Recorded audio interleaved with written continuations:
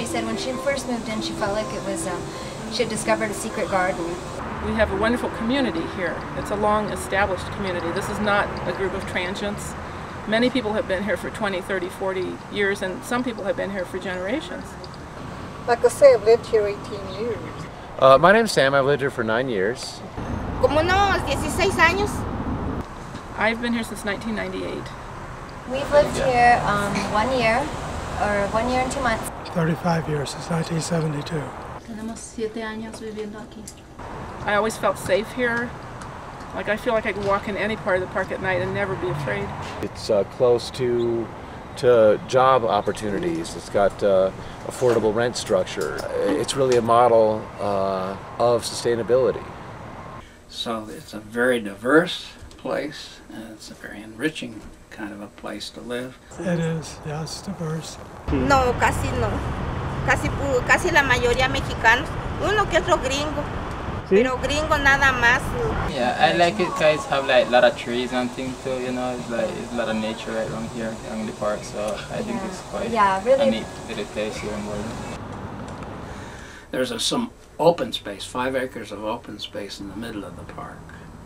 And it's full of trees, and it's a riparian area, and it has a lot of nice wildlife in it, deer and foxes, and they roam through the park, which we like, and which is good for Boulder, I think. It's economically viable, it's socially viable, it's environmentally viable, and it'd be a real shame for Boulder to lose this. If this was any other neighborhood in Boulder, I can't imagine somebody removing 216 homes and just telling 450 people to go find someone else to live. We love it. When we first moved in, we were kind of self-conscious about the connotations of living in a trailer park. But we discovered that it's very normal Boulder, really, because it's so unaffordable to live in Boulder that instead of being white trash, it's actually very middle class and a lot of, really wonderful people. And we've been really happy here. We suddenly found out on June 2nd that a developer had an option to buy the park and was planning to just remove all the houses, and evidently with no thought to what their people were going to do. We were looking around for housing for someone else, someone who came to the church and needed a place to live, and we thought, well, maybe we could find a mobile home for this person, and we looked, and these are very nice places, so we decided this would be a good place for us to move. If you look at all the yes signs, I think about 85% of the park simply wants to continue living as we are in our, well, trailers or mobile homes. Actually, they can't be moved anywhere. There's nowhere to take them. If the park is redeveloped, they're just trash. If he zoned it for development, which is kind of silly because he's going to develop it for low-income housing. That is low-income housing. I mean, it's a little tattered, but it's kind of ironic. Really ironic. Yeah.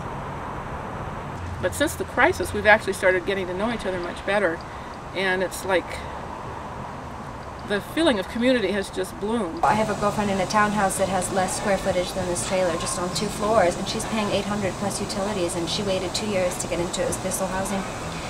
And when I heard how much she was paying, I was really shocked. That didn't sound affordable at all. I thought we were zoned manufactured housing, and then just recently when someone came in here to buy the place, I found out we weren't zoned at all. And that made me very disgusted. That got really depressing. Because all these years I thought we didn't have to worry about that. Whenever we come across a problem that we can't face, we put out an email to all the residents, and somebody here is an expert on that. Someone is a PR person, or someone's an architect, or knows an architect. Well, I'm a retired university professor.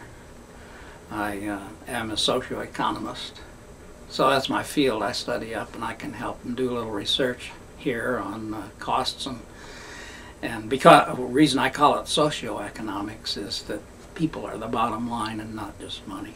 Ellos compraron su casa, mi hijo compró su trailita y luego para moverla, ¿para dónde? No se la quieren pagar. ¿Tiene otro lugar donde puede vivir? Sí. No, este es el único. Same thing. My new address will be under the North Broadway Bridge. And I'm not kidding you. I'd have to move into my truck or something like that. So we organized, we went before the city council, and there was a lot of groundwork before that. And we ended up with the city council agreeing to begin the process of rezoning for mobile home park only, which would protect us and allow us to keep our houses. Last time we went to the city council meeting, 200 people from the park went. At least half of them were Hispanic. No, es que no se puede vivir en otro lado porque pues aquí vive uno muy tranquilo, muy a gusto. Aquí, mire, ellas van en la escuela, aquí en la escuela de, ¿cómo se llama? De la Columbine. Ellas están ahí en la escuela y aquí hay todos los menesteres para los niños. I got no complaints here, except I might have to back up someday, and I sure hope I don't. I like to spend the last of my days here, and I couldn't figure a better place to, finish my time on this earth. It's right here. It would be possible for this group of people here, and we've done some computation and we've all talked about it, to actually get a loan from a national organization that supports mobile home residents who want to own their own park, and with a reasonably priced loan somewhere in the 5 to 6% level. So in order to get a loan to buy this from the owner, we wouldn't have to pay any more, or much more at least, than we are now paying for our pad rent.